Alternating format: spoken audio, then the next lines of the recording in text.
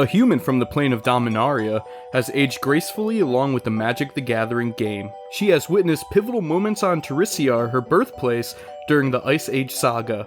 In this exploration, we will remember how the once mysterious thief ignited her spark and became a not-so-humble task mage, inspiring monks and mercenaries on many planes, and even assisted some of Magic's most powerful planeswalkers to defeat Nicol Bolas. This is the exploration of JAYA Ballard.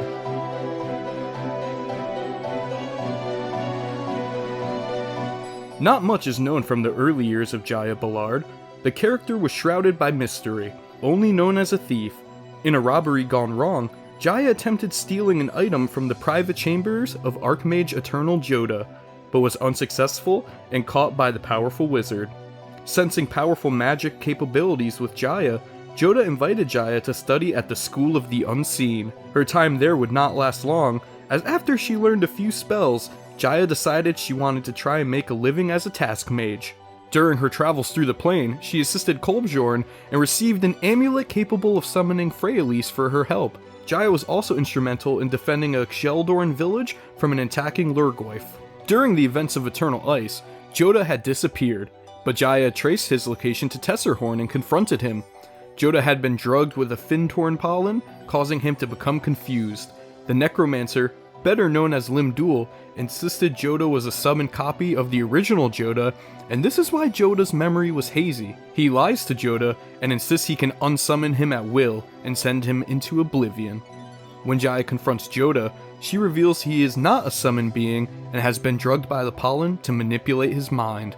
The two escape Tesserhorn together, but while in one of the safe havens of Terisiar, Jodah completely descends into madness. JAYA uses the previously acquired amulet to summon Freyalise, who knows what can cure Jodah, but demands something in return.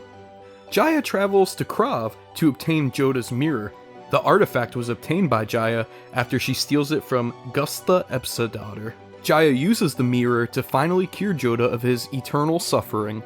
JAYA and Jodah return to Krav to go to war with Lim-Dul and his army. JAYA was pivotal in foiling a coup by Avram Garrison, the nation's leading military commander, to overthrow King Darien and destabilize the region. King Darien is able to regain control of his region and convince the citizens that Lim-Dul and his mind-manipulated army are the true enemies and are currently residing in the Tesserhorn region. It is then revealed that the Ice Age on Dominaria is not getting better, but actually worsening. Before the final battle with Lim-Dul happens, Freyalise appears and demands the price for curing Jodah to borrow his mirror. The battle begins and JAYA destroys two notable characters, a zombified Belinda Danisdottir and Lim-Dul's most trusted lieutenant, Chaiska. Lim-Dul is ultimately defeated and dragged away from the plane to suffer, only leaving behind his hand wearing Marisol's ring, which JAYA claims as her battle trophy. The ring would cause JAYA to become the slave to Marisol's will over the next decade. Freyalise cast the world spell, ending the Ice Age on Dominaria, causing flooding, but ultimately saving the people of Dominaria. She then gives Jodah back his mirror, but he senses something has changed with the artifact. Jodah and JAYA leave together, wondering what's in store for them next. Advancing about 20 years in the future, JAYA returns to the School of the Unseen to speak with Jodah, who she had not seen since the defeat of Lim-Dul. JAYA brings back the emaciated Black Hand with a single finger removed, along with the ring. Jodah and JAYA went searching for the missing ring of Marisil, fearing the ancient enemy would return. Along their journey, Jodah begins to realize JAYA is behaving strangely, much different than her younger years.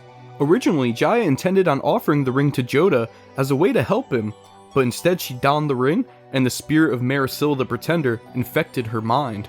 JAYA cuts the throat of Jodah in order to revive Phyrexian Warbeast using his blood. Jodah is able to miraculously save himself by using his mirror. A furious battle with the possessed JAYA ends when the mirror is smashed upon JAYA's face. In this moment, the reward of Freyalise is triggered. In a blazing inferno, JAYA's spark ignites. And just like that, with a single thought, the tainted presence of Marisil is completely wiped from the mind of JAYA. JAYA planeswalks into the School of the Unseen, devastating the rampaging Warbeast with Jodah's help. JAYA and Jodah then seal the bottomless pit located beneath the school, put there by Lim-Dul long ago, and helps move the School of the Unseen to a new location. As a parting gift to Jodah, Jaya presents an amulet to Jodah, allowing him to live as long as he willed, and keeping him sane despite his age. Jaya then leaves for the wider multiverse. Now with silver locks of hair, a much older Jaya resides on a plane named Regatha, hidden by her cover name, Mother Luti, matriarch of Carol Keep. Chandra recruited Jaya to fight Nicol Bolas on Dominaria, but Jaya only agreed after helping Gideon, Liliana, and others defeat Belzenlock. Although she would help, Jaya stated that she is not a joiner and didn't take the oath. Jaya traveled with the Gatewatch for the final confrontation of Nicol Bolas. Jaya became immediately trapped on the plane of Ravnica due to the immortal sun. Nevertheless, she fought alongside the people of Ravnica and Planeswalkers to defeat the Eternals and Bolas's Dreadhorde armies. Now, it should be mentioned that after the death of Belzenlock, all demons part of Liliana's contract had been killed, thus the contract now defaulted to Nicol Bolas himself. Liliana was unable to not follow Bolas's commands, but she attempted to minimize her damage. Left with no other choice, the decision was made for the Gatewatch to split into two groups. Jaya's group volunteered to attempt an assassination of Liliana in order to stop the command of the Dreadhorde. The team was nearly successful, but failed due to intervention by Bolas. After Bolas had been exiled from the plane, we found Jaya had survived the battle and took part in the plane-wide celebration. Together, Jaya and Chandra cremated the bodies of the now inactive Eternals. Once a minimalistic character in pre-revisionist storylines, Jaya has now become one of the most intense, well-rounded, and explored MTG characters. She was so influential, it is rumored Chandra had quoted Jaya without even meeting her. But for now, her story remains still. One thing we know for sure is that when we see her again, her values of personal freedom and individual choice will impact the future of MTG lore, from defeating elves to battling a god like Bolas and the Eternals.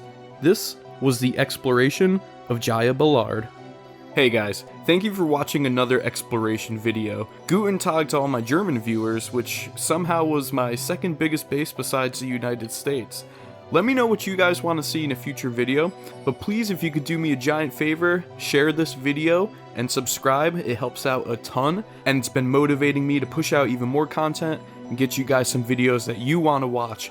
So please, again, just share the video, like and subscribe, all the normal YouTube stuff, and I really appreciate it. Thank you so much for watching again. Until next time.